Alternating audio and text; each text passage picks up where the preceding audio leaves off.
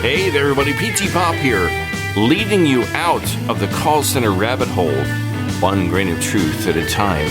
Today, I asked the question, would you be surprised if C-suite people who ran companies were turning to AI just because it was trendy?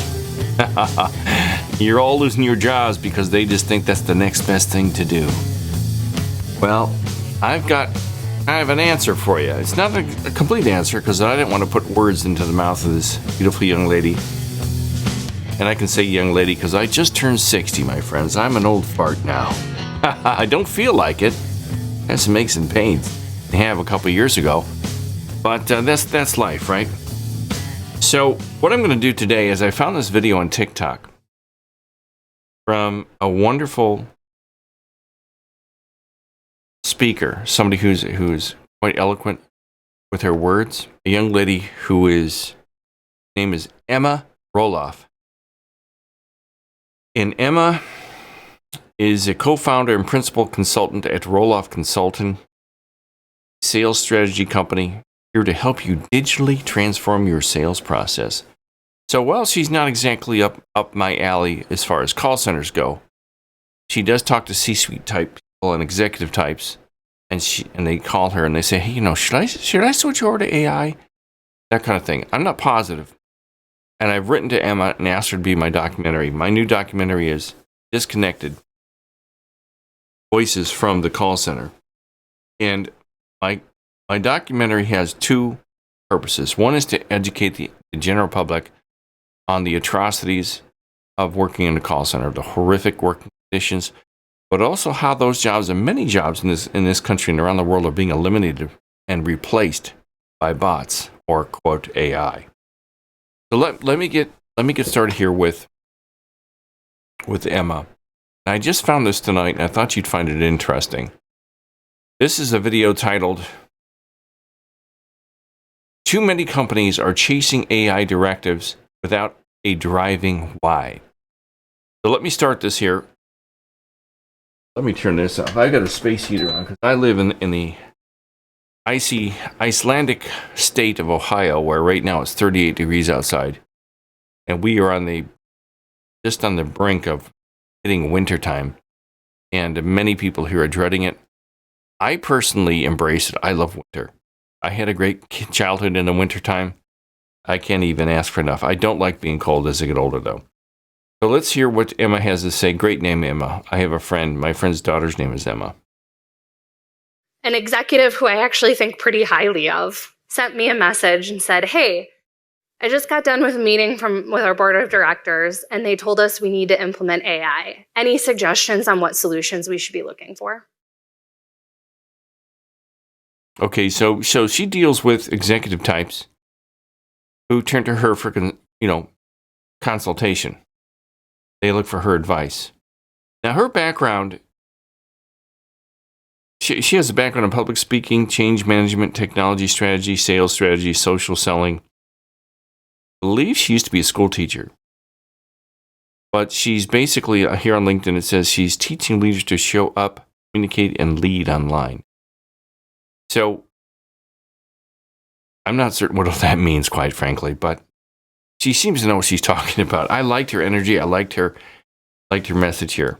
And I said, well, what problem are you trying to solve? What are you trying to accomplish? And they said, we were literally told we just have to use AI. Can you imagine that? So you're an executive for a major firm. Maybe you're not at the very top, but you're somewhere near the top, and somebody calls you up and says, hey, Bill, I hear this AI thing is kind of the trending thing. Maybe we should go in that direction. What do you think, Jake? Well, yeah, I think that's a good idea there.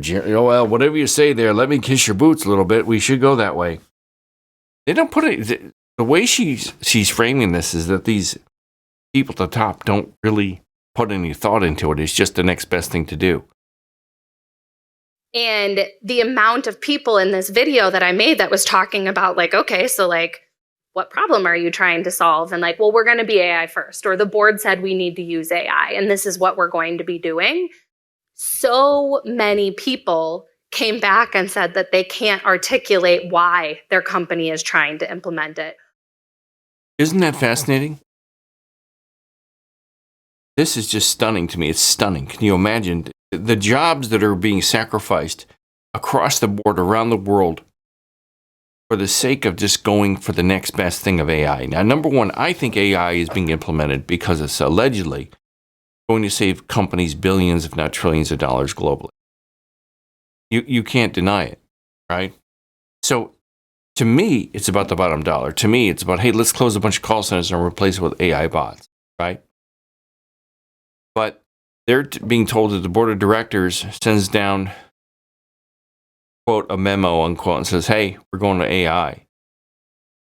And they're not told why. And they're just doing it because that's what they're told to do. They're just doing it because it's the next best thing to do. What if the next best thing to do was to stick Egg McMuffins in their ears? Would they do it? What if the next best thing was to take all their live, living, breathing employees and throw them off the Golden Gate Bridge? Would they do it? There's millions of people right now losing their jobs. Amazon's laying off. UPS is laying off. Hundreds of thousands of people are being laid off right before Christmas here in America and around the world. Probably for the sake of AI. Or what problems they're trying to solve. And that is that why Eric mentioned it and talked about it is the most important part of making any technology implementation successful. And they don't know why, but they're just told to do it. Just do it. This isn't a Nike slogan. They just said, hey, this is the next best thing. They've got to know this is about saving money. This is about the bottom dollar, right? Getting adoption. And I'm going to follow this up with this. Nestle firing 16,000 employees. The profit over people playbook strikes again. Now, this is from the underscore corporate underscore escapee. I'm not certain who this gentleman is. He's got a wristband that says stay positive. His shirt says seaside. I don't know what all that means. Well, I guess we need to welcome Nestle to the Profits Over People playbook party, as they just announced layoffs of 16,000 people. And guess what? The stock price hit an all-time high, or at least a 5-year high. This is the new CEO that took over, introduced, again, a restructuring in order to save cost savings. And so I was curious, digging into his compensation structure, is it tied to short-term and stock performance as badly as the Starbucks one is? It's just amazing how bad and how short-term incentivized that Starbucks plan is. This one's got a few more caveats or milestones for longer term, and longer term being 5 years, which is insane, right? So I'm not going to go into this whole diatribe, but Nestle, those that bring you the fine chocolatey goodness on your grocery store shelves, 16,000 people. This is TikToker at Popolytic. With the fact that UPS is going to fire 48,000 management and operations people. 48,000. We're almost at 100,000 between Nestle and UPS. 48,000 people. Shows that, and by the way, that the stock goes up. That stock always goes up, and they always do it at the end of the year. They always do it at the end of the year. My wife got laid off October 31st, Halloween Day, 2 years ago, because the company she worked for didn't manage the merger they were going through quite correctly, and they had to lay off a bunch of people because they're financial geniuses. actually might be the most AI firing of all time, because now is the time when you don't goes up. That actually might be the most AI firing of all time, because now is the time when you don't fire people, because we're going into Christmas season, November and December. That's usually when they. Well, yeah, at UPS, because they're delivering packages to all the little bright-eyed, little bushy-tailed kids that thinks there's really a Santa Claus. Wink, wink, nudge, nudge. That's really Daddy, who's had half a bottle of liquor, who crawls up on the roof and pretends he's Santa. Surge temporary hiring. They may actually still do that just for the average packers, shippers, delivery people, etc. Okay. This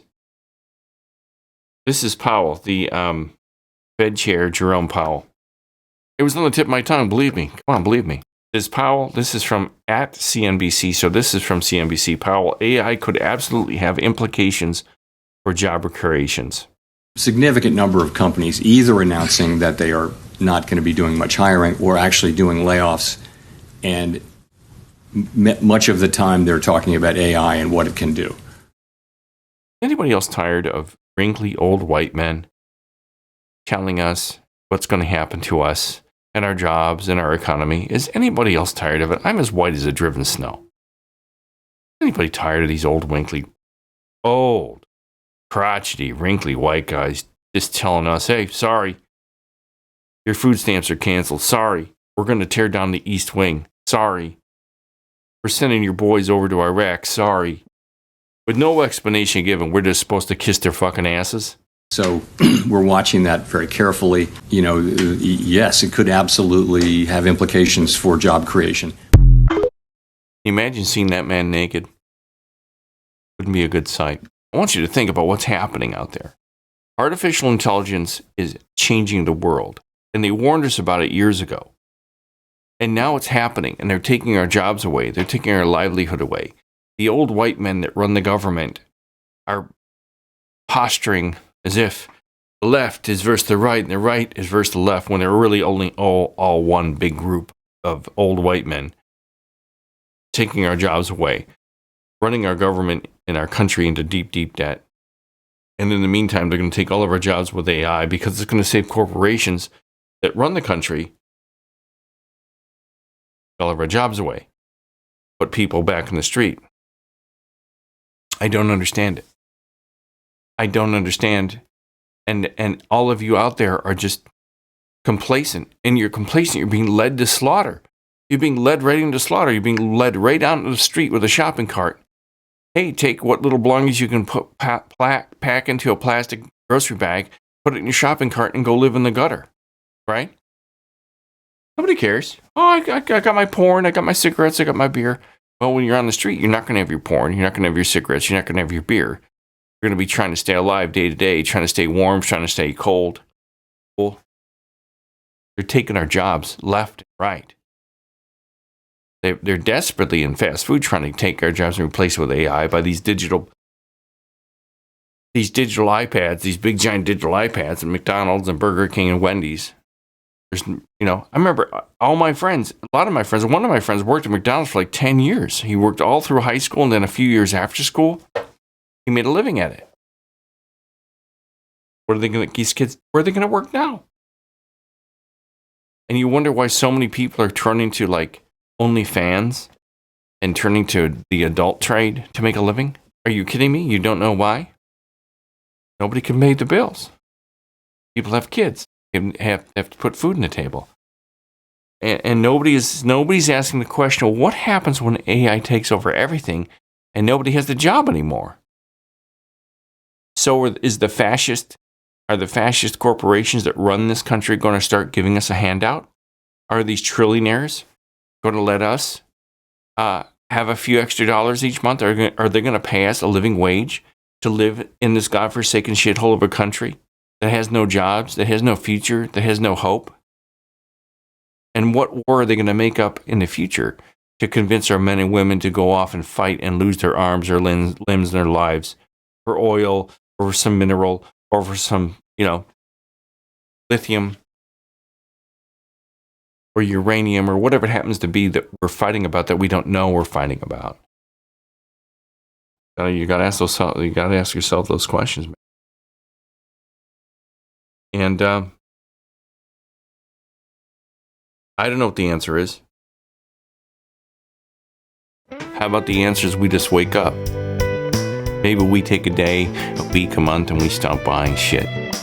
We just completely stop. We stop paying our taxes, and we stop buying stuff, and we stop driving. We just stay at home. Like the whole country goes on strike for like a month. But they can't put us all in jail.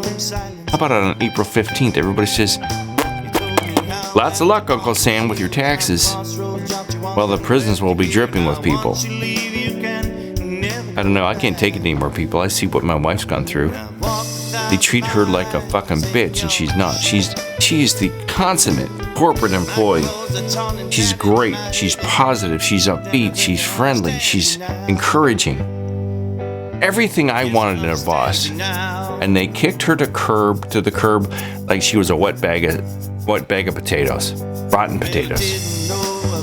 If they can fire her and lay her off, they can do it to any of you. It's the truth, my friends. But let me know what you think. The AI taking over? Is it taking your job? Let me know. Give me the thumbs up, subscribe if you want. If you don't, I don't care. I don't care enough on this channel to care anymore. They pay me like $50 to $75 a month to sit here and suck the pickle of Google and YouTube.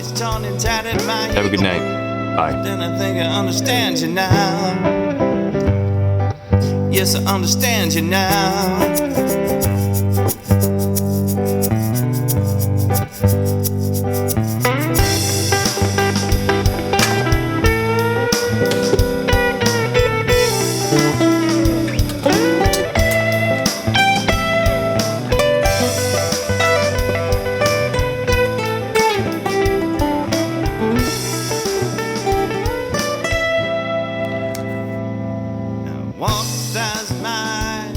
See you later, baby. Rock and roll, everyone. My clothes are torn and tattered, my eagle boot. Then I think I understand you now. Would you like fries with that? Would you like fries with that?